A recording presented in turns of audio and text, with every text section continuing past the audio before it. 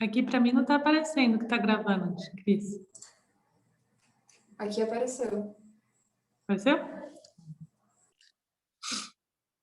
Om Sadashiva Samarambam Shankaracharya Madhyamam Asmadhyacharya Parantam Vande Guru Paramparam Ishvaro Guratmeti Murti Veda Vibhagne Vyomavad Vyaptadehaya Dakshinamurtaye Namaha Sarva Vedanta Siddhanta Gocharantama Gocharam Govindam Paramananda Satguru Pranatoshma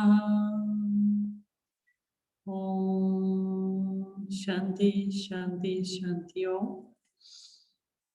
Bem-vindos novamente. Estamos dando início a mais um encontro para a gente continuar a nossa saga aqui pelo capítulo 12 do livro Essência da Iluminação. A gente vai dar continuidade, então, a partir do primeiro parágrafo da página 198. Para desenvolver essa importante qualidade que ele está dizendo é o alojamento e a comodidade. Devo aprender a apreciar a variedade, cultivar uma atitude de diversidade e monitorar constantemente minha mente quando ela apresentar uma sensação de insatisfação. Quando me achar insatisfeito, eu devo reduzir minhas expectativas. É útil ver a mim e aos outros como tolos desamparados ou objetos inertes. Tenho bons relacionamentos com objetos inertes, porque não espero nada dessas coisas. Eu sofro, então, com prazer, porque sei que não pode ser de outra forma. A chave para a acomodação é responder e se identificar com a pessoa, não com as suas ações. Entenda que a pessoa é o ser temporariamente enfeitiçado por Maya. Tente lembrar que Ishvara está por detrás de uma explosão de raiva, um ataque de ciúme ou uma ação dominadora. E aprecie o fato de que, se eles não tiverem controle, eu tenho menos ainda. Com esse tipo de entendimento, é fácil se tornar acolhedor. As reações mecânicas trazem problemas. Para ser livre, para responder à pessoa, devo agir de forma consciente e não reagir como um robô, de acordo com as minhas vássanas. Uma reação é um comportamento mecânico, não deliberado. Uma resposta condicionada, emprestada de experiências anteriores. Vou fazer uma pausa aqui, então, para trazer para vocês. Aqui tem vários elementos bem importantes que a gente percorreu até aqui, né, em outros capítulos, e que se repete de uma maneira bem fácil de identificar, né? Um dos elementos é a questão do objeto.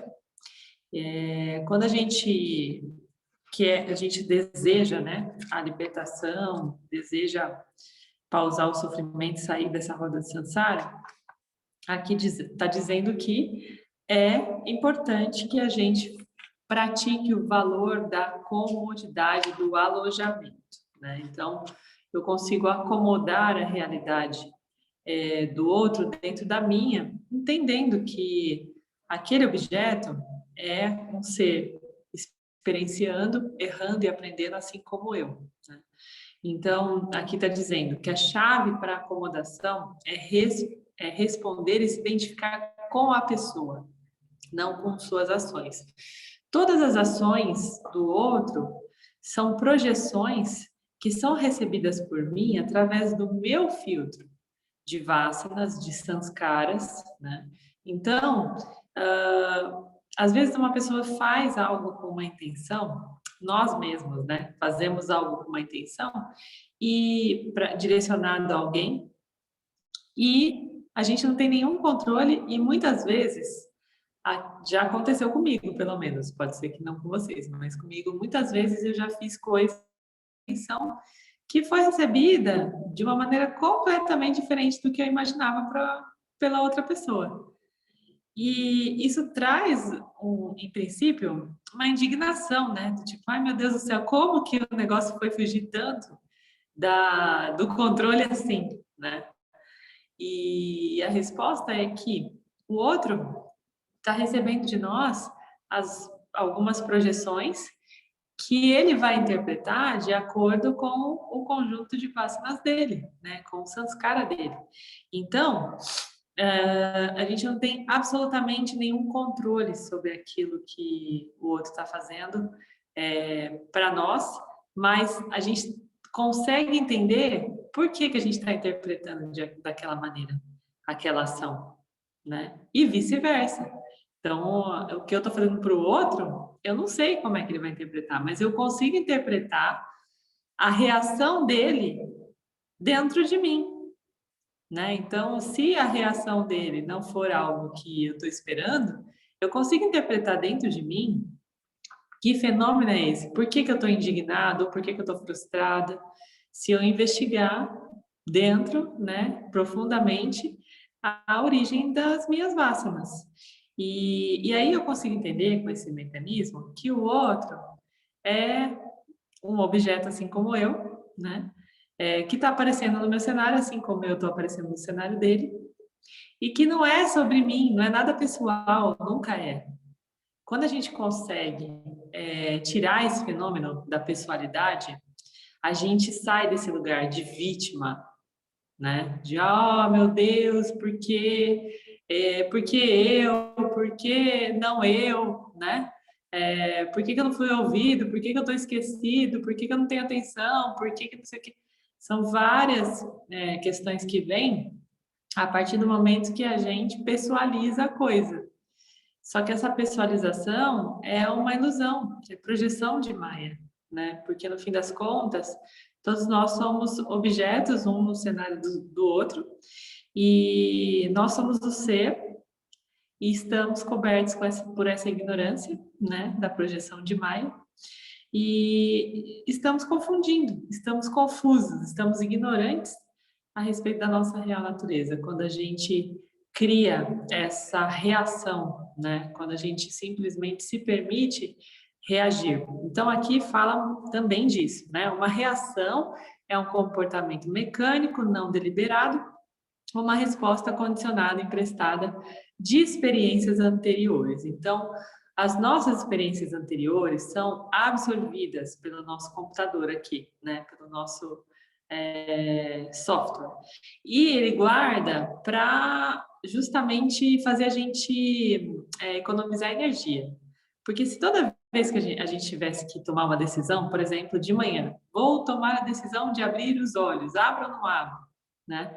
É cansativo e perde energia. Então, o nosso cérebro, né, o nosso equipamento, ele tem, por natureza, essa facilidade de ir guardando memórias para que a gente colecione ações repetitivas, para que a gente não tenha que perder energia com essas ações cotidianas, né?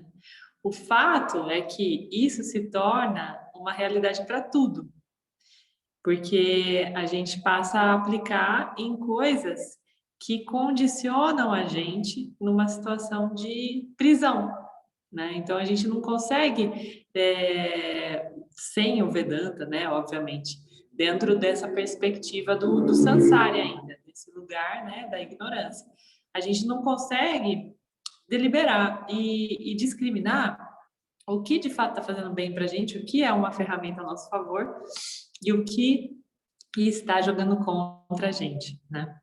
Então, aqui, enquanto eu estou nessa situação reativa, eu estou sendo Sansari, porque eu não estou tendo uma capacidade discriminativa que me tire desse lugar emocional, né? Então, todas as vezes que eu reagir dentro de um contexto de sequestro emocional, ou seja, que a emoção esteja maior do que a minha capacidade de intelectualizar a coisa, né? Significa que eu estou sendo subproduto de um meio, né? Eu estou sendo subproduto das minhas vássanas, do meu samskara, do meu mecanismo, como um boneco. Estou sendo operado por cordinhas, né? Como aquele bonequinho, como é que chama que sumiu agora? Fantoche. Então eu viro um fantoche, né? E aí que isso, a essa altura do campeonato que a gente está vendo aqui, né, no capítulo 12, está sendo citado novamente, porque faz parte do contexto aqui e faz parte também do próprio Vedanta lembrar todos esses detalhes o tempo todo, né? Mas especificamente sobre a acomodação, para que eu acomode, né, para que haja comodidade, eu aloje a realidade do outro dentro da minha, eu preciso entender que o outro sou eu, que o outro é Brahman assim como eu, né? Que é aquela expressão Tatvamasi. Você também é você é isso, assim como eu sou Brahman. E isso faz sentido quando a gente se expõe, né, a esse conhecimento o tempo todo e se reflete em atitudes acolhedoras com os erros dos outros, em tolerância, né, em acolhimento mesmo, em compaixão, enfim, não julgamento. Quando a gente se permite levar pela reação e pela emoção, é muito natural que haja o julgamento, a indignação, a frustração, a cobrança, porque nós somos condicionados a esse sistema, né? O sistema de comparação. E isso é o nosso modo sansárico de viver. É o nosso modo original, só que não, né? É aquele original que a gente acha que é original até a hora que a gente descobre o Vedanta e entende o motivo de tantos emaranhados, né? Então, é interessante a gente lembrar disso, né? Que, em primeiro lugar, o outro é um objeto. Aquilo que o outro está fazendo não é pessoal, gente. Não é, definitivamente. Mesmo que seja pseudo-pessoal, ou seja, mesmo que seja interessado a mim de uma maneira intencional, ainda assim é só reflexo de uma vasana, de um samskara, né? Mas a maioria das vezes nem é interessado, tem muita gente, ninguém não posso dizer, mas tem muita gente que faz coisas sem a menor intenção de prejudicar, né, o outro. Então, a gente precisa o tempo todo se treinar para se convencer disso, porque é muito comum a gente cair nessa pegadinha, né, de achar que o outro está fazendo alguma coisa para tirar a gente do sério. E a segunda coisa é a reação não é uma ação, definitivamente. Ela é um comportamento mecânico. Então, no papel, né, na intenção que a gente está aqui de sair dessa samsara, da roda viva, do mecanismo, né, dos comportamentos mecânicos, e passar a caminhar nessa esteira vedantina de karma yogis, a gente precisa, em primeiro lugar, isso é uma condição, isso é o maior sinal de que a gente saiu do estado sansárico e passamos a ser karma yogis, né? É sair da reação e passar a ter ações discriminativas diante dos cenários, a maior parte do tempo. É óbvio, né, que isso não vai acontecer do dia para a noite. É óbvio que surgem vários objetos bem meticulosos aí dentro do nosso cenário para driblar, né, essa nossa intenção de sairmos desse mecanismo. Mas, ainda assim, nesse caso, né, nesses casos que a gente aqui está falando sobre uma explosão de raiva, um ataque de ciúme, né? Uma ação dominadora, tem várias outras, né? Enfim, vitimismo, tem várias outras. Qualquer coisa desse tipo quando acontece, ele é submetido, deve ser submetido a um processo investigativo que é o do mokshômetro, né? Então, o que está acontecendo de novo aqui que está me tirando da minha real natureza e do meu propósito vedantino, né? Bom, deixa eu nem disso, tá? É isso. Então, eu faço essa investigação, entendo a quantas anda a repetição desse padrão, né? Em primeiro lugar. Aí, em segundo lugar, eu consigo entender quanto tempo eu levo para me recuperar. Tá? Então, esses dois índices são super importantes, porque acontecem os padrões, é aquela história da roda gigante, né?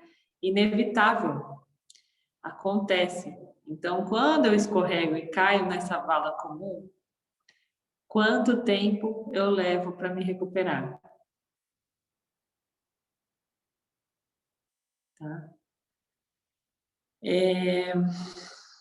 Então, continuando aqui, as reações podem ir contra toda minha sabedoria e experiência. Esses fatores são relegados para o fundo e a reação vem. Talvez eu tenha lido todas as escrituras do mundo. Eu posso ser um grande aluno de sistemas éticos. Eu posso ser um profissional de grau seguro, doador de conselhos para os outros. Mas quando se trata de uma reação, minha reação será tão mecânica quanto a de qualquer outra pessoa. Justamente porque reação é reação. Reação não é ação. Ela está sempre submetida ao samskara, a um mecanismo, né, a um conjunto de vasanas. Então, por isso que é tão mecânica quanto a dos outros. Toda reação é mecânica, ok? Portanto, até que os valores universais sejam completamente assimilados, fornecendo um terreno a partir do qual as atitudes e ações corretas surgem espontaneamente, devo conscientemente evitar reagir e escolher deliberadamente minhas atitudes e ações. Então, essa partezinha aqui do final, ó, devo conscientemente evitar reagir e escolher deliberadamente minhas atitudes e ações, na verdade, o resumo da missão do Karma Yogi. E essa partezinha de cima que diz o seguinte, que até que os valores universais sejam completamente assimilados, está dizendo que até que eu me torne um Yanni, serei Karma Yogi e terei que fazer essa tarefa da eterna vigilância e da deliberação das minhas atitudes e ações. Tá? Então, em suma, é sobre isso. E aí, ele continua aqui satírico, né? Quer ser um santo? Se você está apontando para a santidade, não ferimentos e acomodação são os requisitos mínimos.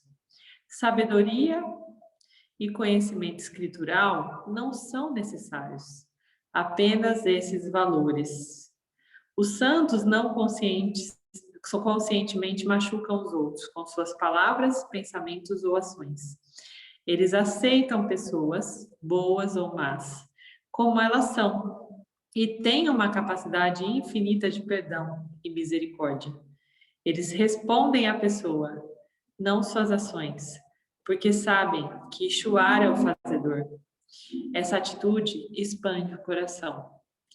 Então, a gente vê, né, na Índia, tem muitos santos, né? Muita gente que percorre esse caminho e atinge esse padrão. Para a gente é quase é uma coisa extremamente distante, né? Parece até uma piada. Eu, santo, a santidade é isso, é você conseguir acomodar a verdade, a inocência, a beleza, a essência do que mora no outro, mesmo se existe maldade, mesmo se existe má intenção, mesmo se existe tudo, porque tudo isso é ignorância. Lá no fundo, ele é o ser, assim como você, né? Então, é um exercício que a gente precisa fazer porque é muito simples reagir a isso, né? Muito mais simples reagir e se tornar aversivo, né? Estar naquele lugar da aversão do que acolher, do que acomodar a realidade do outro.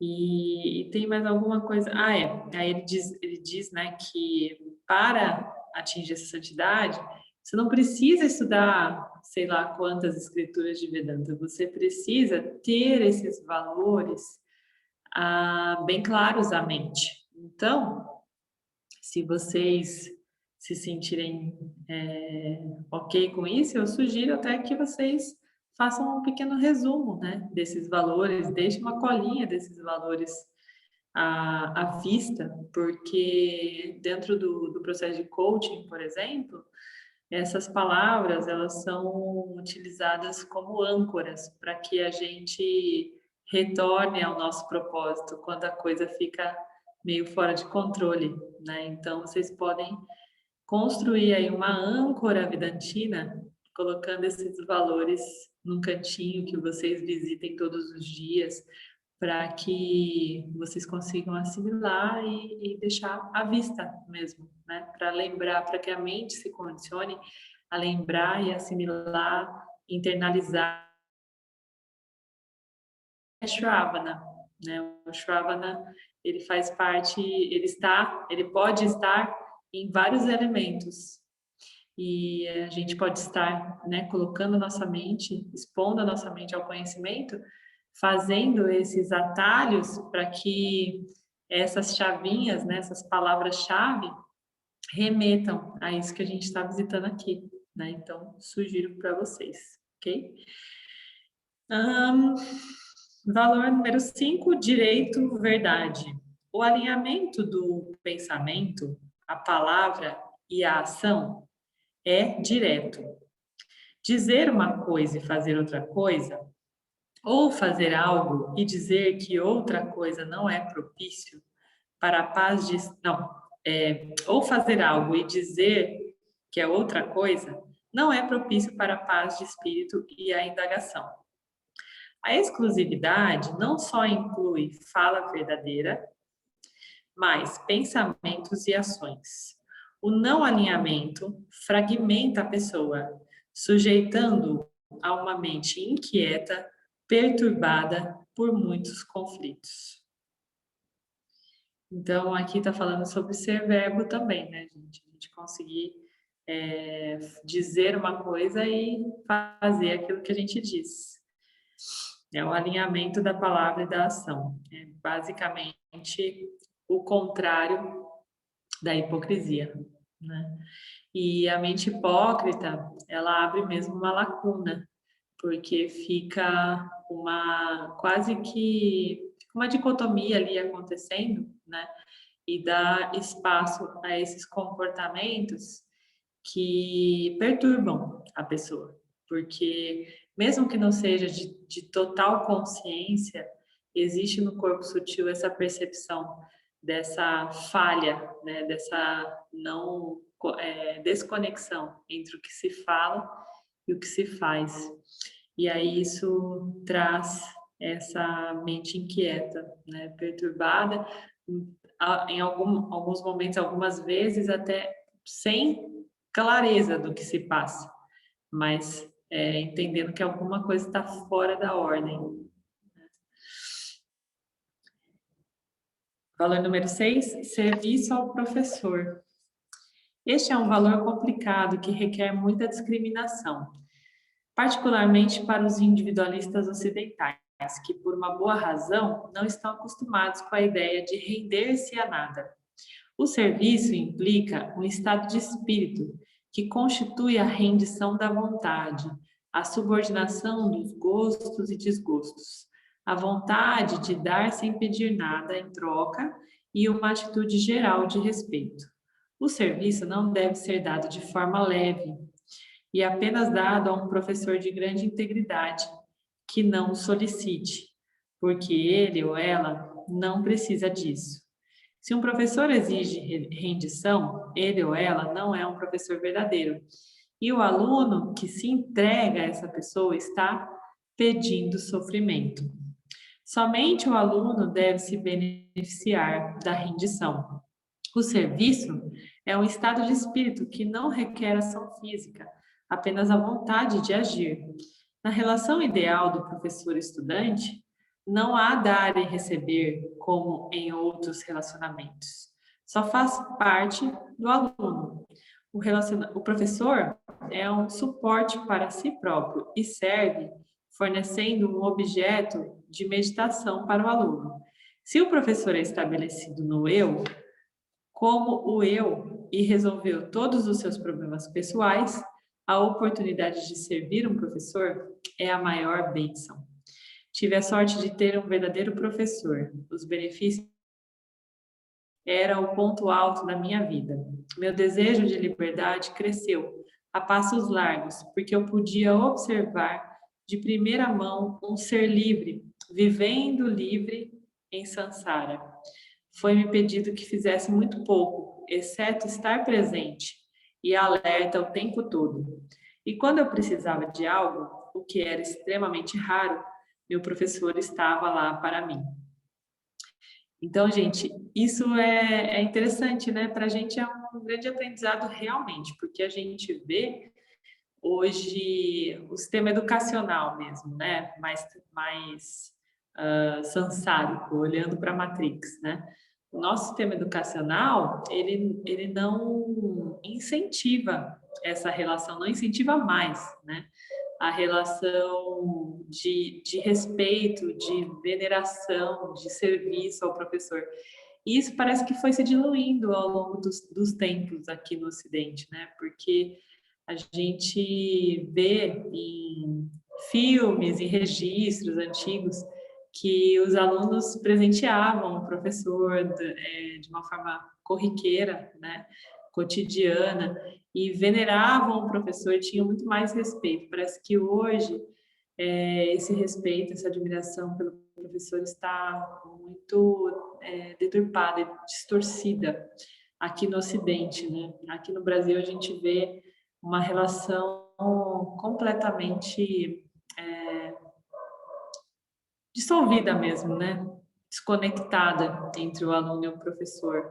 E o professor não sendo reconhecido em nenhum aspecto, né? Dentro do sistema educacional.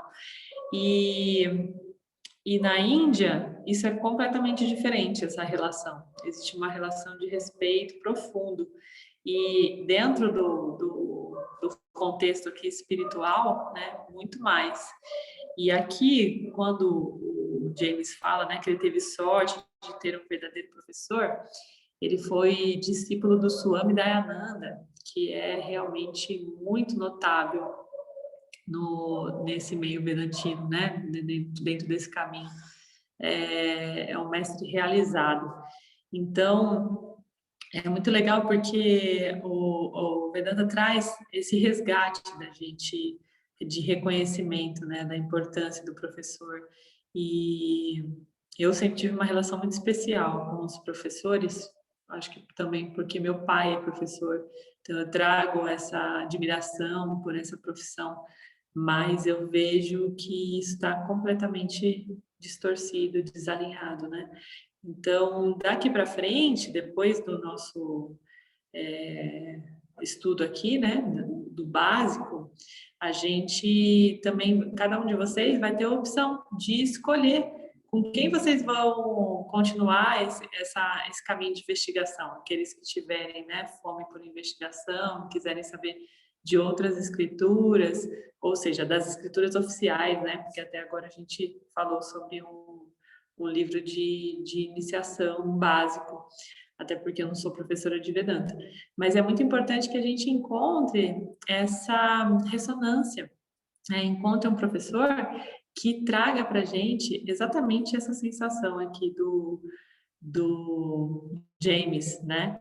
De sentir o ponto alto da vida e do momento do dia, ouvindo aquele professor, né? Entendendo as escrituras através de um professor realizado, percebendo nas atitudes do professor, né? Essa verdade aqui do valor número 5, né? O direito, a verdade, alinhamento entre a fala e a ação, porque tudo isso é uma forma de provar mesmo, é probatório, né, do mecanismo do Vedanta, de que o Vedanta realmente funciona.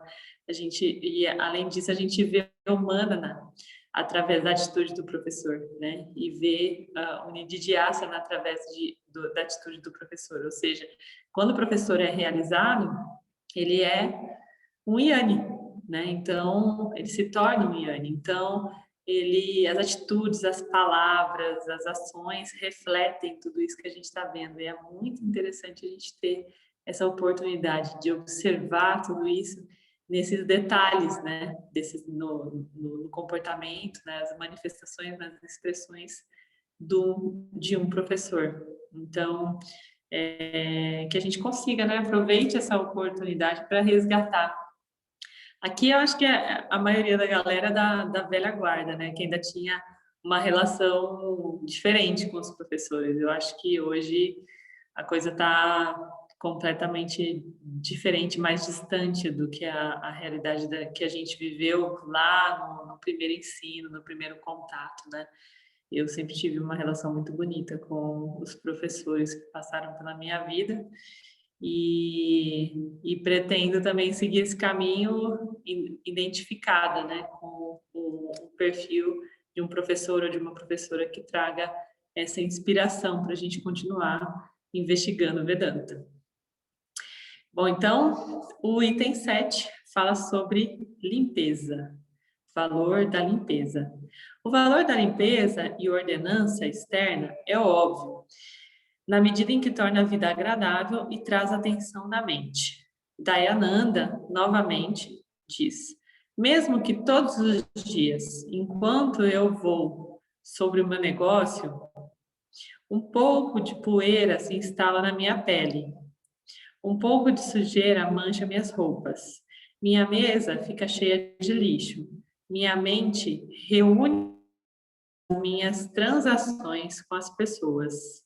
As manchas de inveja se instalam, uma poeira fina de autocrítica, culpa e autocondenação se espalha. Todos os dias, até que minha falsa identificação com a mente se dissolva e o autoconhecimento se estabeleça, a mente deve ser limpa. Qual é o detergente para a mente? Estar aplicando o pensamento oposto. Deve ser aplicado, mesmo que minha atitude negativa pareça justificada pelas circunstâncias. Olha que interessante, né? Todo mundo, acredito, né? Todo mundo aqui se sente confortável, agradável dentro de um ambiente limpo. E a gente não costuma transferir essa limpeza para o que não é denso, né? O que não é tridimensional. Mas o nosso corpo sutil, ele necessita de limpeza constante. E a gente, estando exposto ainda muito mais agora, né? A gente está vivendo num momento de muitos extremismos, de muitos medos, de muitas críticas, né? A gente se depara com críticas aos governantes, crítica a quem está no fronte desse processo do Covid, crítica a quem não está no fronte, é crítica o tempo todo, né? E julgamentos de todas as partes, de todas as naturezas. Então, por mais que eu tente me manter protegido disso, né, é natural que, em algum aspecto, esse tipo de consciente coletivo me pegue, né? Em algum aspecto, cria uma aderência na minha mente. Porque, como a gente já falou, todos nós somos resultados de um conjunto de vasanas, né? O nosso ser aparente é um conjunto de vasanas. Então, dentro desse menu de vasanas, sempre tem aquela coisinha que dá match, assim, sabe? Que adere. E fica, né? Uma sujeirinha. E a gente vai, ao longo dos dias, colecionando isso, até o momento que isso se torna um problema, porque vem à tona em forma pensamento negativo, né? O que a gente chama de miasma. Então, para que não chegue a esse ponto, a gente precisa o tempo todo discriminar, né? Então, ele estava falando, aplicando o pensamento oposto, mesmo quando aquilo me parece justificável, né? Do tipo, claro que eu fiquei pé da vida com o cara no trânsito. Imagina, o cara me fechou. Onde já se viu fazer isso e tal? Que maldade, né? Fez de propósito, viu que eu estava ali. Então, esse tipo de coisa, a mente, ela é tão meticulosa, né? Ela é tão perfeita nesse mecanismo que ela traz uma série de justificativas para a gente ficar escondidinho ali atrás das justificativas que nada mais são do que reforço para minha ignorância, né? Então, quando a gente tem esse pensamento negativo, um pensamento destrutivo, algo que não colabora para o nosso processo discriminativo, imediatamente a gente tem que pensar o oposto, né? Essa é a dica aqui do Swami Dayananda. Um ressentimento se resolve em minha mente, embora eu tenha sido legalmente injustiçado. Permitido permanecer, pode acumular-se ao ódio. Então, procurei deliberadamente por motivos que expressassem a qualidade da pessoa que me prejudicou. Ela é apreciada por outros, amada por sua esposa, cuida dos seus filhos adequadamente, dá caridade, vai à igreja no domingo. Quando olho para essa outra pessoa, vou encontrar amor. Sou capaz de amar e todo mundo é capaz de amar. Mesmo um criminoso de classificação tem dentro dele os elementos de amor e simpatia. Pode ser que sua capacidade de amor seja tão obscurecida que só se manifesta na antipatia que ele mostra. Aparentes ou não, todos têm qualidades santas: compaixão, misericórdia, amor. Portanto, para limpar a mente do ressentimento e vários desgostos, que se solidificará em ódio e outros sentimentos negativos, devo procurar deliberadamente as coisas que indicam humanidade e santidade. Quando você faz isso, atribua as coisas ruins a um pensamento errado, uma educação ruim ou um ambiente ruim. Tome como uma bênção que você não está no lugar da outra pessoa. Com um fundo semelhante, você faria as mesmas coisas. As qualidades positivas pertencem ao eu e constituem a natureza humana. As qualidades negativas são acidentais. Elas vêm e vão. Então, quando ressentimento, aversão e ódio por alguém surgir, veja a pessoa que está por trás da ação adármica, de um ponto de vista oposto, e você descobrirá alguma simpatia ou compreensão. Sua atitude é atenciosa. Desta forma, qualquer ressentimento, qualquer ódio é limpo diariamente. Olha só, gente, que coisa mais rica essa, né? Dica, esse exercício. Então, levando em consideração aquele exemplo que eu dei, né? A pessoa me fechou no trânsito e tal, estava apressada, passar na minha frente, e aí eu posso fazer uma série de indagações, né, a respeito disso. Mas será que ele tinha um motivo real para estar tão apressado? Né? Quais os compromissos que essa pessoa está vivendo? Que realidade que ela está vivendo nesse momento? Né? Se eu estivesse passando por alguma situação do tipo que ele possa estar passando, será que eu não faria a mesma coisa? Né? Existem tantos motivos que podem levar a pessoa a ter uma atitude dessa que a gente pode elocubrar, né? A gente pode buscar qualquer um e entender que é só um ser humano, é só um buscador nesse lugar de fazedor de ações, na ansiedade de conquistar alguma coisa que a gente, uma ansiedade que a gente não tem mais, e que bom que a gente não tem mais, né? E, enfim, tem N formas de fazer essa sensação ir embora, né? Dirimir, dissipar, para que a gente não fique com isso dentro de nós. E um barulhinho aqui, acho que alguém ameaçou trazer. Oi. Só completando, é interessante como a gente disfarça isso no nosso dia a dia, e é importante estar atento, porque pegando essa situação que você falou do trânsito, eu avalio julgando a atitude do outro de acordo com a minha percepção. Então, se o motivo dele, teoricamente, foi por uma questão de saúde, tá tudo bem. Ou qual é o motivo de saúde? A gente começa a colocar a escala, juízo de valor, sobre a razão pela qual eu concedo eu cedo a minha compreensão. E isso é interessante porque se a gente não estiver atento, a gente cai nessa pegadinha, a gente passa a ser um santo tendencioso situacional, né? Nessa condição tudo bem, nessa outra, na minha régua não. E o que ele propõe é exatamente isso, né? É sair deste protagonismo da avaliação e só fluir, né?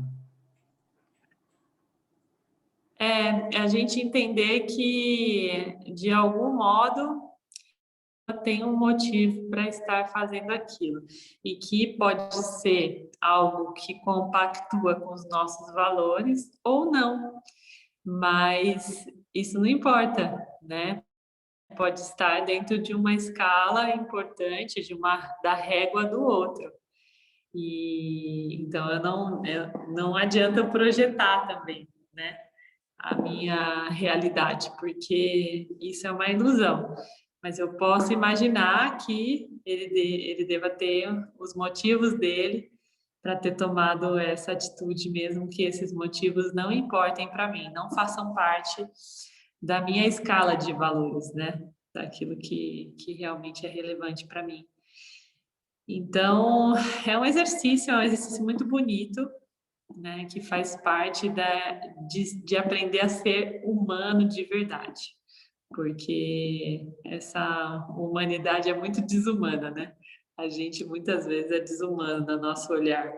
Então, tá tudo certo, todo mundo tá vivendo seus perrengues, tentando fazer o melhor, dar o melhor de si naquela realidade que está vivendo, naquela perspectiva, no nível de projeção de ignorância X, Y, Z, que a gente não mede, né? A gente não consegue medir o grau de ignorância de alguém.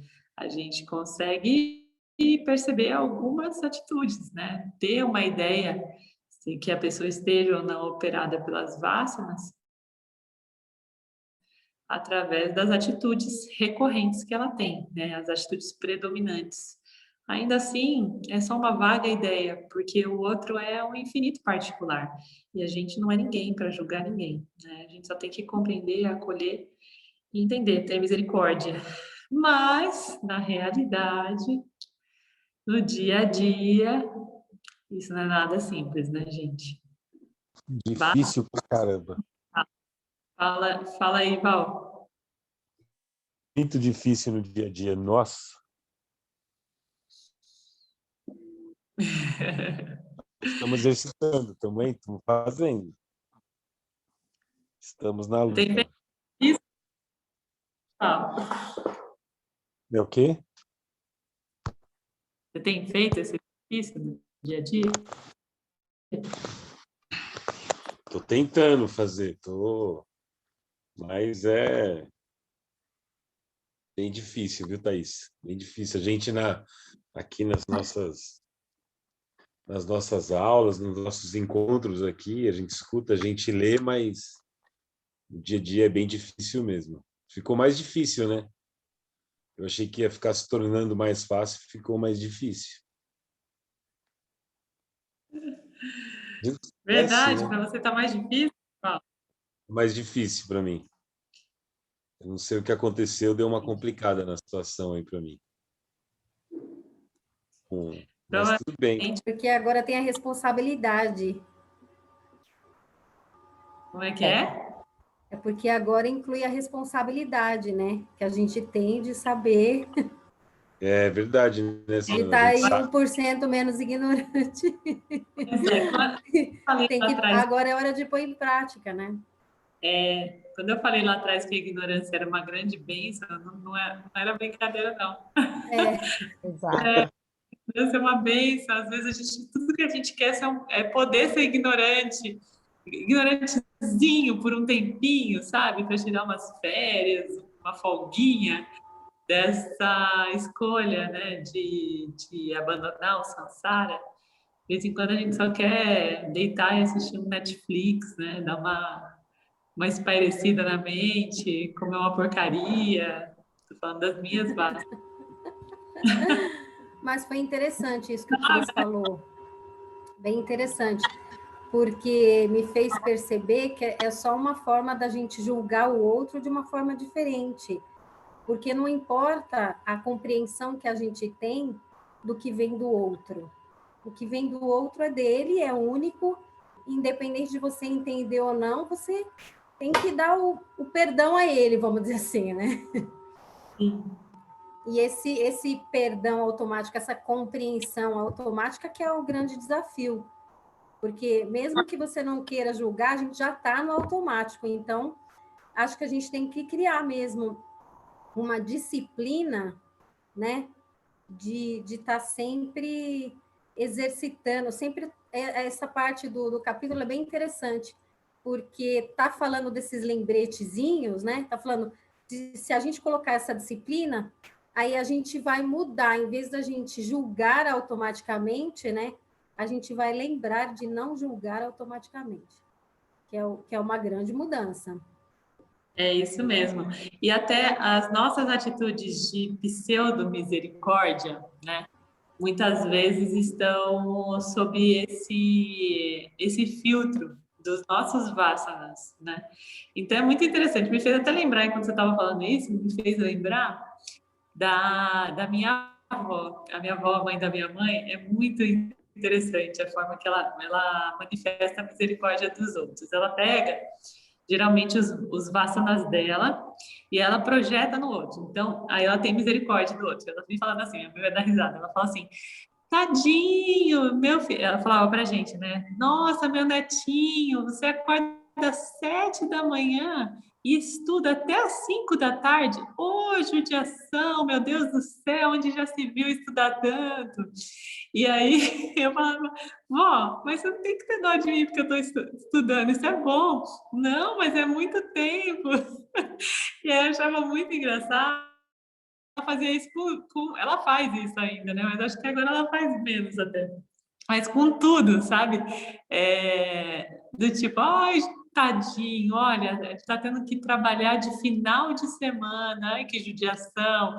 Então, ela pega, né, as questões dela, que os vasanas dela, as percepções dela de valor da vida, aí ela projeta na realidade do outro e ela realmente acredita que aquilo está sendo sofrimento para o outro, quando na verdade pode estar sendo um prazer, né? E aí eu falava, bom, mas não, você não pode pensar assim, pode ser muito legal para quem está fazendo isso, né? Não, como pode ser legal uma coisa dessa? Ela fala. É muito engraçado, né? Essas projeções. Então, a gente, no caso da minha avó, é muito nítido, porque ela expressa isso de uma maneira, né, muito, muito evidente para a gente. Mas a gente faz isso, sim, o tempo todo, muitas vezes calado, né? Projetando os nossos julgamentos e projetando a nossa realidade na realidade do outro. E chegando a certas conclusões que são completamente equivocadas a respeito do outro, né? Tem gente, por exemplo, que tem problemas com emoções, com viver fortes emoções, né? Ou se deparar com realidades mais chocantes e tal. Aí, o que essa pessoa tende a fazer? A poupar os outros. Só que tem gente que não quer ser poupado, que precisa olhar as coisas como são, nuas e cruas, né? E aí, quem quer poupar está fazendo isso por carinho, por cuidado. E quem está sendo poupado está revoltado, porque onde já se viu, né? Não compartilhar, não contar e tal. E o contrário também acontece. Né? Às vezes eu vou falar uma coisa para uma pessoa, não, ó, claro, a pessoa precisa saber disso, mas ela não quer saber. É a história da doença, né? Daquela mãe que eu contei aqui, que não queria saber que estava com câncer terminal, e aí o filho dela acabou não contando porque ela não queria saber. Então, a gente precisa simplesmente acolher. Isso é um bom exemplo de acomodação, né? De alojamento da realidade do outro. Eu vou acomodar aqui a realidade dele e entender dele ou dela, entender que é uma escolha, não quer saber, não quer saber, não quer saber. Vou falar para quê? Porque é importante para mim expressar a verdade, trazer, né, as coisas. Não, eu preciso acolher a vontade, a necessidade, os valores do outro, com a mesma verdade que eu acolho os meus, né? E é sobre isso, no fim das contas. Mas, assim, eu também acredito muito que quando a gente está nesse caminho agora, a gente se cobra mais porque a gente está dando mais atenção. Antigamente não dava nada, tava tudo bem, tava fazendo totalmente errado e tava tudo bem. Agora não.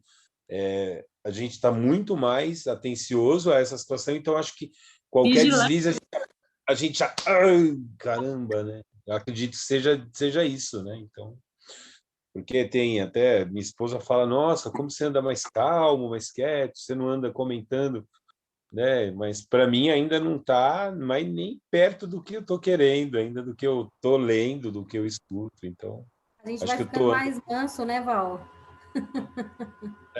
é verdade, isso mesmo. É Uma muito coisa que eu vi já acontecendo comigo é um processo de como se estivesse descascando a cebola no momento da que a coisa acontece, sabe? Então, tipo, a coisa acontece, às vezes a emoção vem e consigo parar e pensar o porquê que aquilo está acontecendo, sabe? Por que eu estou sentindo aquilo, por que eu estou julgando, derrubando, projetando tudo naquela pessoa. E aí sempre culmina em duas coisas. Ou eu estou tentando me proteger, ou estou tentando me reafirmar. Sempre assim, sempre que eu estou julgando alguém, ou jogando, projetando algo em alguém, ou eu estou tentando me proteger, ou tentando reafirmar alguma coisa, mas é porque eu estou identificado com um negócio que não existe. Estou identificado com uma personalidade que ela não é real. E a hora que eu tomo conta disso, tipo, cara, você está tentando proteger um negócio, você não tem do que se proteger, você não tem o que reafirmar. Porque o outro só está refletindo algo que você está concordando com ele. Porque se você está julgando, você está se confessando, porque aquilo tem a ver contigo também. E no final das contas, nenhum de vocês dois é esses dois, vocês são só uma coisa. E trazer essa reafirmação de que no final das contas está identificado com uma coisa que não existe, que não é real, você está se identificando com algo, tem me ajudado a conseguir descascar mais vezes.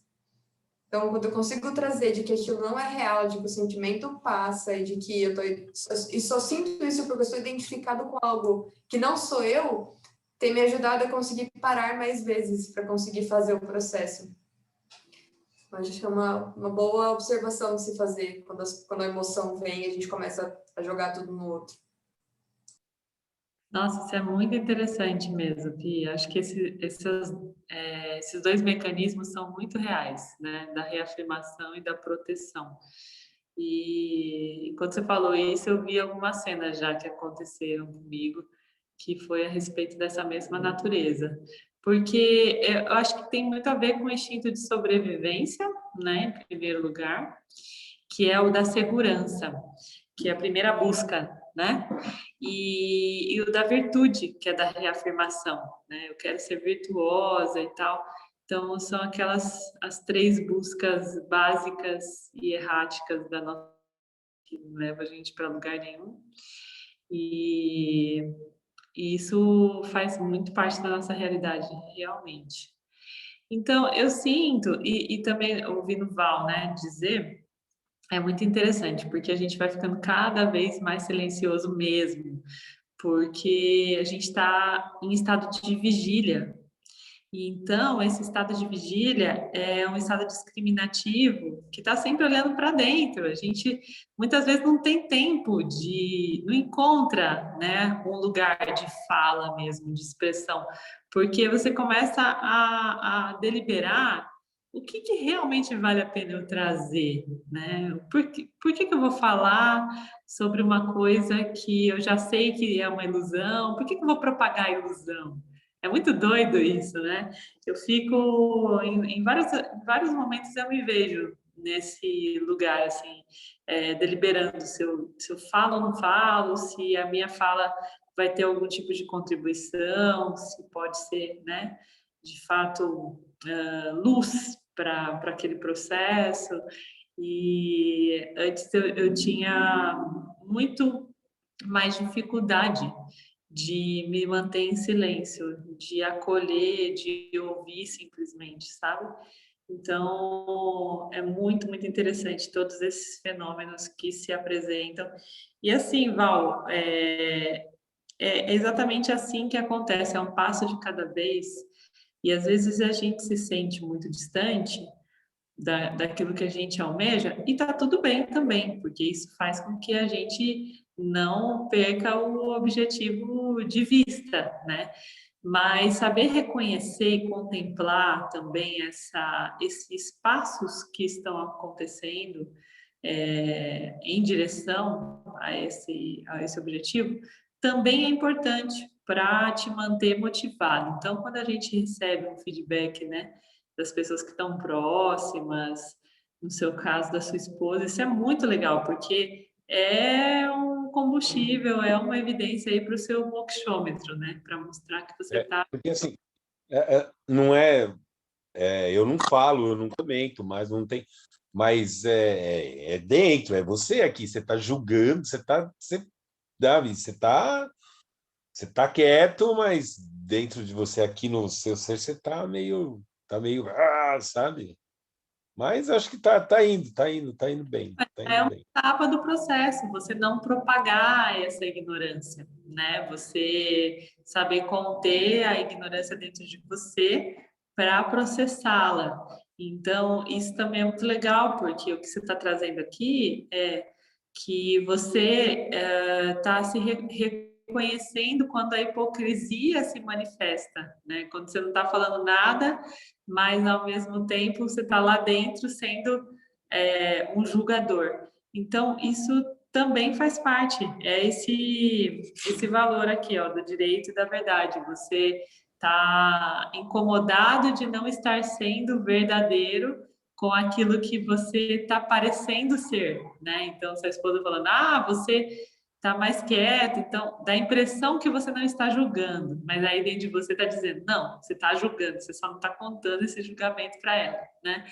E tudo isso é parte da investigação, e isso é muito bonito, tem uma beleza muito bacana aí de se olhar e de e de contemplar mesmo, sabe? De agraciar, dar graças a Ishvara por esse fenômeno estar se manifestando aí em você, porque é tudo parte desse processo, né? Tudo faz parte. Então, vale a pena. É sinal que está valendo a pena. Bom, então, continuando aqui, a autocondenação, é isso mesmo? Não, acho que é o egoísmo, né? Não, é egoísmo, eu acho. Eita. O egoísmo é talvez a impureza mais comum. Quando descubro que eu estou preso na falta de consideração dos desejos, das necessidades, devo deliberadamente fazer uma ação altruísta. Quando uma resolução para limpar o altruísmo é apoiada por uma ação, é difícil para o Vassana egoísta perpetuar-se. Há muitas oportunidades todos os dias para colocar o que você está fazendo e ajudar. Dentro da perspectiva aqui do Karma Yoga, gente, entra bastante a indicação ao voluntariado.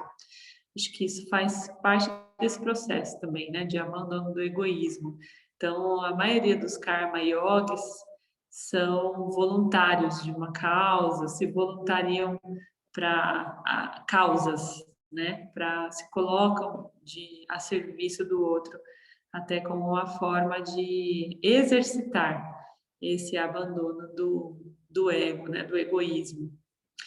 A autocondenação, como o egoísmo, é apenas um pensamento impuro.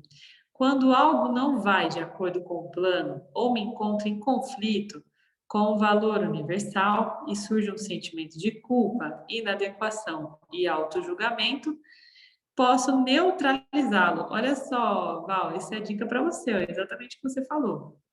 Levando conscientemente ao autoconhecimento. Eu sou completo e consciência pura. Então, essa é uma boa afirmação quando começar, né, a surgir um conflito aí dentro de nós. Aqui está uma declaração que deve ser dita em voz alta, todos os dias, que ajudará a erradicar os pensamentos negativos sobre si mesmo. O complexo corpo-mente, o fazedor, que eu penso ser eu, não pode ser condenado, porque todas as suas partes são inertes. Eles fazem seus trabalhos automaticamente ou a pedido da mente. É inocente. A mente também é inocente. É apenas um agregado em constante mudança de pensamentos em movimento, programado por vasanas que nascem inconscientemente de ações e atitudes inconscientes. É apenas um instrumento insensível. Não posso condená-lo, não posso condenar um pensamento impuro, porque pertence à ignorância, não a mim. Essa daqui é para ter no espelho do banheiro, né, gente? Para ler todo dia de manhã. Para que a gente olhar para o espelho e calma, eu não sou isso. Aí fala a frase, já traz a consciência ali, ó, de desjejum. A culpa e o arrependimento são purificadores que alertam a mente para futuras transgressões do Dharma. Se eu acho que eu sou o realizador, o arrependimento surgirá. Se um pensamento particular é responsável, eu estou fora do ato. Sem o distúrbio emocional, posso abordar a ignorância que produziu o pensamento. Aqui está um mantra que deve ser cantado todos os dias. O desejo faz isso. Desejo é faltante. Eu não sou faltante. O desejo causa ação. Eu não faço ação. Saudações para você, desejo. A raiva faz isso. Eu não faço isso. Minhas prostrações para você, raiva. A ignorância causou isso. Eu não sou ignorante. Ela coloca a culpa onde esta pertence e, ao mesmo tempo, liberta a mente para contemplar o eu. Se você é orientado para o medo, substitua a palavra desejo pela palavra medo, tá? Então, aqui é muito legal isso, né? Outro valor que se enquadra nesse título é a castidade, o que equivale a uma atitude respeitosa em relação ao sexo oposto e não a falta de intimidade física, tá? Então, gente, aqui que fique claro para o Vedanta, castidade significa atitude respeitosa ao sexo oposto, tá? Então, quando eu consigo olhar um homem, ou se eu sou homem, olho uma mulher com respeito, reconhecendo em primeiro lugar o ser que ele é, né? Eu sou casto desse pensamento deturpado, né, sexual. Valor número 8, ciúme e inveja. Uma das impurezas mais comuns e não razoáveis é o ciúme, uma forma perniciosa de dualidade. Existe porque o mundo é vasto, cheio de milhões de entidades que oferecem inúmeras oportunidades reais ou imaginadas, por julgamentos comparativos autodegradantes. O ciúme e a inveja são raiva transformada que geralmente leva à depressão. Eles são produzidos por uma sensação de falta, trazida em comparação com alguém que penso ser superior de alguma forma em relação a mim, ok? Então, ciúme e inveja é sempre fruto de comparação.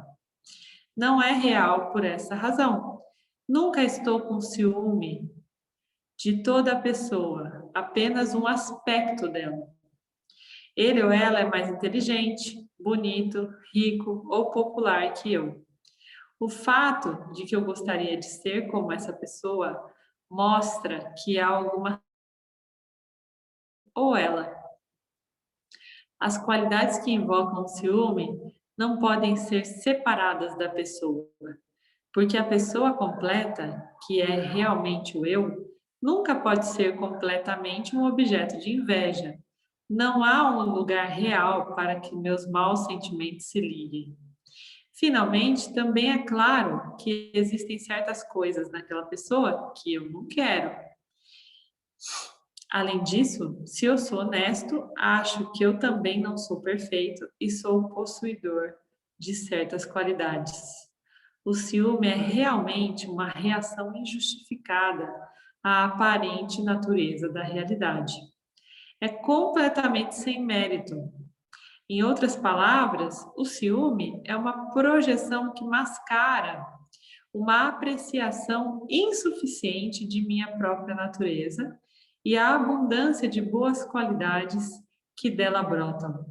Uma pessoa autorrealizada nunca está com ciúmes, porque ele ou ela está atenta à sua plenitude. Que incrível isso, né, gente? Eu tinha grifado esse trecho da primeira vez que eu li. E toda vez que eu volto nesse capítulo e vejo isso grifado, eu falo, nossa, realmente eu grifaria de novo. Que incrível que é. Porque é só sobre isso, no fim das contas. Quem tem ciúme ou inveja tem falta de algo, né? Tá sentindo uma escassez em si e quer, de alguma maneira, ou teme, né, aquela qualidade que o outro demonstra ter. E eu tenho feito várias apreciações, várias discriminações a respeito de todos esses sentimentos no meu dia a dia, né? E eu tenho, no penúltimo trabalho que a gente fez, ou no primeiro trabalho, não me recordo, do Sagrado Feminino, eu lembro de ter partilhado isso com as mulheres, né, que participaram, que para mim sempre foi um desafio olhar certas qualidades, né, enquanto samsara, olhar certas qualidades de uma mulher sem querer aquilo para mim. E eu nem sabia que isso era inveja, sabe? E aí, com o tempo, eu fui olhando e pensando, não, mas espera, eu preciso olhar para mim, porque se eu tenho simpatia por isso, é porque é algo que está dentro de mim também, de alguma forma, né? E aí, quando a gente para de se comparar e sai desse estado, né, sansárico, de escassez e tal, e consegue reconhecer a nossa plenitude, a gente passa a gente transforma esse olhar, né, de inveja em admiração, em inspiração, em motivação para que a gente busque cada vez mais as nossas qualidades, né, reconheça cada vez mais a beleza também do outro que está se manifestando, daquela qualidade que existe ali, né? Como uma inspiração sempre. Então, muda completamente a nossa forma de ver, porque a gente realmente entende que não falta nada para a gente, né? Que a gente pode trazer elementos inspiradores e dar graças pela vida daquelas pessoas que estão trazendo esses elementos motivadores para a gente buscar o nosso melhor cada vez mais, né? Então, muda totalmente de figura essa, essa forma de olhar, né? Esse olhar para o outro. E é muito bonito, torna as relações muito leves, muito fluídas, né? Liberta, é muito legal, interessante esse fenômeno. Queria aproveitar o seu exemplo, que me fez pensar agora em umas coisas que é exatamente isso. Frequentemente eu sempre pensei na prosperidade do outro, quanto é importante, enfim. E aí, recentemente, eu também fiquei bem pensativa e observadora em relação a alguns sentimentos que eu tinha sobre algumas pessoas, principalmente quando elas contavam coisas legais que aconteciam com ela. E eu comecei legais do meu ponto de vista, óbvio. E aí eu comecei a pensar, falei, nossa, eu acho que isso é ciúmes, isso não e aí eu comecei a ficar conturbada, porque de um lado eu tinha um valor que nossa, que legal, né, que o outro está crescendo, né? E do outro lado tinha uma amarra, um sentimento amarrado que, da mesma forma que aquilo era legal, me causava um incômodo, né, que agora eu já consegui identificar dos tempos para cá, que é realmente essa inveja, assim, enfim, que óbvio que tem que ser trabalhado. Que aí entra um pouquinho no que o Val estava falando, né, de ele tá quietinho lá, mas ao mesmo tempo ele tá pensando, e tá certo isso? Sendo que eu tô estudando Vedanta, enfim. Então, eu acho que eu compartilho um pouco dessa questão da inveja, nem sei se existe, mas óbvio que não, mas uma inveja que eu até camuflava como inveja positiva, nem existe, mas é só para me deixar um pouco mais confortável, sabe? É só isso mesmo, porque a inveja é subproduto de uma comparação, né? E é uma ilusão, é uma ignorância. Mas a gente insiste, né, contar a história da tal da inveja branca e não sei o quê, né? Então, porque a mente é danada, ela quer te convencer que você não está errado, não, que é para você continuar fazendo isso mesmo, né? Mas tá tão certo, quando você fala, tá certo isso, né? Eu tô estudando Vedanta, tá tão certo que você tá percebendo, né? Uma coisa que você nunca tinha notado antes. Então, tá certíssimo. É muito legal quando a gente consegue capturar, né, essas imagens, esses registros desses vasanas se manifestando. É muito, porque isso acontece numa fração de segundo, né? Não é um dia inteiro passando em slow motion, sei lá, no mostrador, no painel, né, de LED. Não, é ali, ó, é um frit, é um pensamentozinho que aparece. Você fala, pera, deixa eu captar, deixa eu capturar isso aqui, né? E isso é fruto da discriminação, é muito bom, é ótimo, tá certíssimo.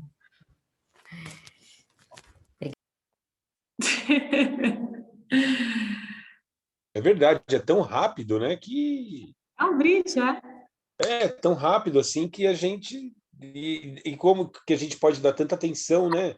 De ficar carregando no dia ou pós-dia, mas é bom também que trabalha, né? Mas é muito rápido, verdade, né? É muito. É uma fração de segundo. e é algo que a gente não capturava antes, no estado sansárico. A gente só captura porque a nossa lente está limpa, sabe? Aquele mosquitinho que passa, e é como se a nossa lente, se a nossa mente fosse uma lente, mas quando ela está sansárica, ela está tão turva, tão suja, né? Que ela nem captura esse pontinho preto ali que passa desapercebido, né? E aí, conforme a gente vai se colocando, submetendo, né, ao conhecimento, se expondo a mente ao conhecimento, a gente vai limpando, polindo essa lente. Aí, essa sujeira grossa vai saindo, a gente vai capturando, vai aparecendo, né? A fotografia ali da realidade vai aparecendo da realidade que não é real, né, gente? Da aparente realidade.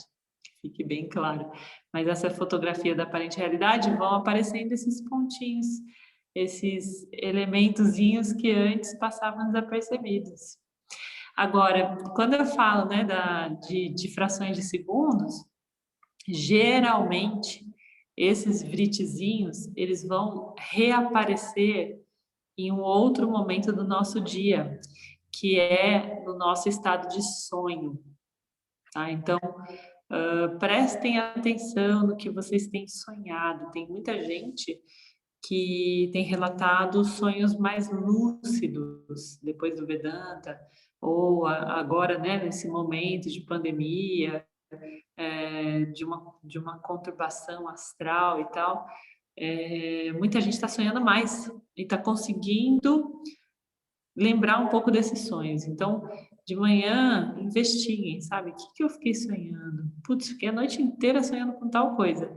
Tenha certeza que isso é um produto, um subproduto de um Vassana, desse Vriti que surgiu, que trouxe à tona um Vassana. É muito interessante como esse mecanismo se manifesta no estado de sonho, porque o Vedanta fala que o sonho é o sonho de Maya, né? Sonho é uma projeção de Maya. Então, quando essas ignorâncias aparecem, né, no nosso dia a dia, elas voltam no estado de sonho, porque é quando essas projeções acontecem de uma forma exacerbada, de uma forma mais clara, tá? Então, fiquem atentos aos sonhos. Prestem atenção no que está se passando aí no estado de sonho, ok? Eu passei por um processo desse na semana passada, em que era muito comum eu sonhar coisas repetidas. Então, tiveram momentos da minha vida em que eu sonhava exatamente as mesmas coisas. E na semana passada eu tive um sonho que eu já tinha tido, acho que umas 20 vezes. E todas as 20 vezes eu reagia de alguma forma parecida. E aí, na semana passada, quando aconteceu, eu tive total consciência do processo e falei, não, eu não ajo mais dessa forma, eu ajo de outra forma. E aí, eu ia guiando o sonho por outro momento, por outras escolhas, né? Até o momento que eu tive que encarar o medo, o que representava para mim ali, que era o fim da vida. Tipo, era uma figura que representava a morte e que todos os outros momentos eu fugia. E eu entrava num turbilhão de fugir daquela morte.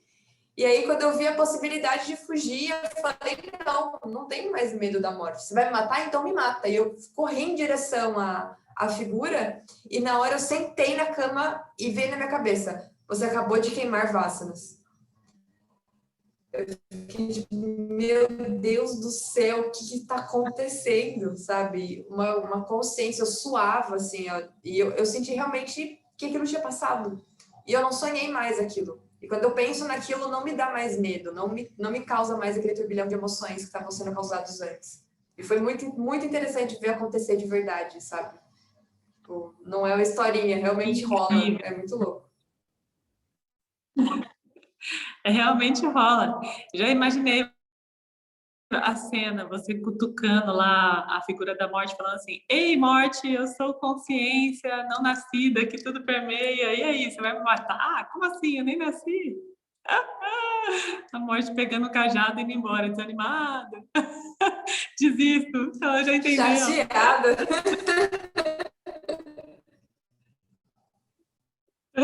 Ai, ai. Que interessante, né, gente? Que coisa maluca essa, mas que bom, né? Que bom que a gente tem essas oportunidades. Eu também tive alguns sonhos, assim, muitíssimo lúcidos, que tinham total a ver com minhas vássanas, e eu acordei, fiz a mesma coisa, sentei na cama e falei, meu Deus do céu, que dor! E aí veio nitidamente, sabe? Eu falei, caramba, que presente, né? A gente ter a oportunidade de se enxergar de uma forma tão estrondosa, né? De uma forma tão neon. Parece que é um painel neon, assim, piscando. Você quer um painel de LED? Então toma. E o quanto é importante, né, isso que vocês acabaram de reforçar, né, de você olhar para falar, caramba, olha que oportunidade, e reforçar isso como um ganho, né? Porque a gente pensa muito na transformação como um todo. Eu já estou aprendendo Vedanta, logo eu já quero ser o ser iluminado. Só que a gente esquece desses pequenos ganhos que no final é o que leva a gente a esse lugar. Então, reconhecer e falar, cara, mais um dia eu venci, né? Pequeno. Fiz uma merda a cada dia, mas hoje eu fiz uma boa, bacana, legal. Então, vou valorizar isso, né? Que ajuda muito até no lado físico da coisa também. É exatamente isso, porque realmente é o que o próprio James fala, né? Que a gente vive num mundo instantâneo, a gente quer tomar o Vedanta igual toma uma aspirina, né? Igual toma um sorrisal e que fica internalizado. E, então, não tem como, não é instantâneo, gente. E assim, é muito legal, porque quando você consegue sair desse estado de aversão, você consegue de fato contemplar e ver beleza nesse processo. Mesmo quando você está lá todo enlamaçado, você olha, meu Deus, olha só esse barro, que loucura, né? Que bonito, e assim, de uma forma muito leve, né? Você se permite. Então, é bem interessante mesmo, é muito bonito esse processo. Eu estou vendo cada vez mais beleza, fico encantada com esse mecanismo. Cada coisinha que eu vou desvendando, eu me encanto mais, porque é Ishvara, né? Que é o Criador. Então, quando você desvenda, você fala, meu Deus, Criador, você capricha mesmo, hein? Que coisa mais linda. Bom, vamos finalizar aqui esse item, né? Tem só mais 3 parágrafos para a gente parar no 9. Então, vamos terminando o 8. Embora a afirmação da Bíblia de que Deus é um Deus ciumento significa que quando você conhece Deus, não pode amar mais nada. Deus não é uma pessoa sujeita a nenhuma forma de limitação. É o Criador e possuidor de tudo. E como uma pessoa iluminada, sabe que é a própria plenitude. Portanto, ciúmes e outras emoções, positivas e negativas, não se aplicam a Deus. Quando sinto ciúmes, devo aplicar o pensamento oposto e cortá-lo na raiz, para que não se transfira ou se deleite com a miséria dos outros. Uma emoção verdadeiramente desprezível. Eu deveria pensar: estou feliz pela boa sorte dessa pessoa. Admiro suas boas qualidades. Estou feliz por ele ou ela estar feliz. Qualquer sentimento negativo que se opõe à paz pode ser neutralizado, aplicando o pensamento oposto. No começo pode parecer mentiroso pensar assim. Afinal, eu realmente não sinto isso. Mas uma prática diária, deliberada, irá limpar a mente e prepará-la para o autoconhecimento. Que riqueza, hein, minha gente? Quantas dicas super bacanas aqui, né, acontecendo nesse capítulo. Aqui, olha, nesse finalzinho, no começo pode parecer mentiroso, né? Então você aplica o pensamento oposto, parece que não vai encaixar, porque não vai combinar com aquilo que você está sentindo. E aí entra aquela técnica que o Jamie já contou para a gente lá atrás, que em inglês a gente fala fake it until you make it, né? Então, finja até que você seja, até que você faça de fato, né? Dá uma fingida de que você está pensando isso mesmo. Aí, de tanto que você repete, você vai acreditar. Não tem aquela história do mentiroso que conta tanto a mesma mentira que uma hora ele acredita? Então, conta essa mentira aí para você, porque é uma mentira branca, essa é uma mentira boa de contar, né? A mentira do oposto. Até que ela se torne verdade. É muito interessante, porque é o mesmo mecanismo, né? Você pode se convencer de coisas boas também, você pode se tornar algo verdadeiro dentro de você, repetindo essa ideia até que ela entre, de fora para dentro. Então, tem fenômenos que acontecem de dentro para fora e outros que acontecem de fora para dentro. Basta a gente saber usar, né, essas ferramentas todas. Então, gente, olha, até aqui, na página 201, tem dicas para danar, né? E a gente está no valor número 8, ainda tem vários valores aqui pela frente. Vai até o número 23. Então, eu recomendo vocês a tomarem as notinhas aí, deixarem os lembretes, porque esse capítulo é riquíssimo, ele merece ser relembrado no dia a dia.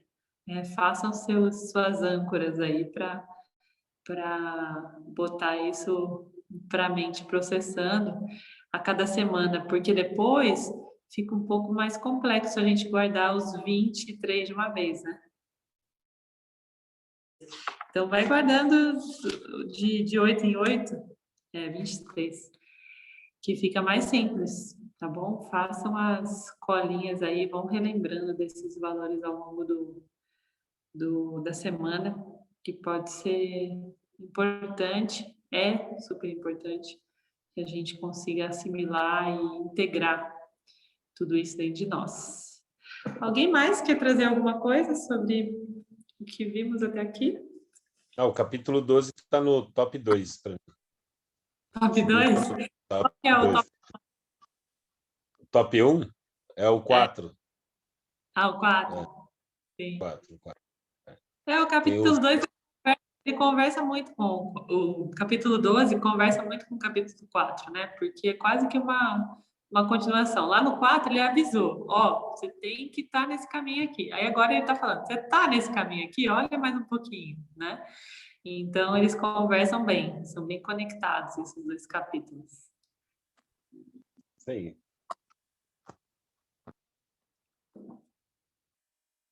Mais alguém, gente?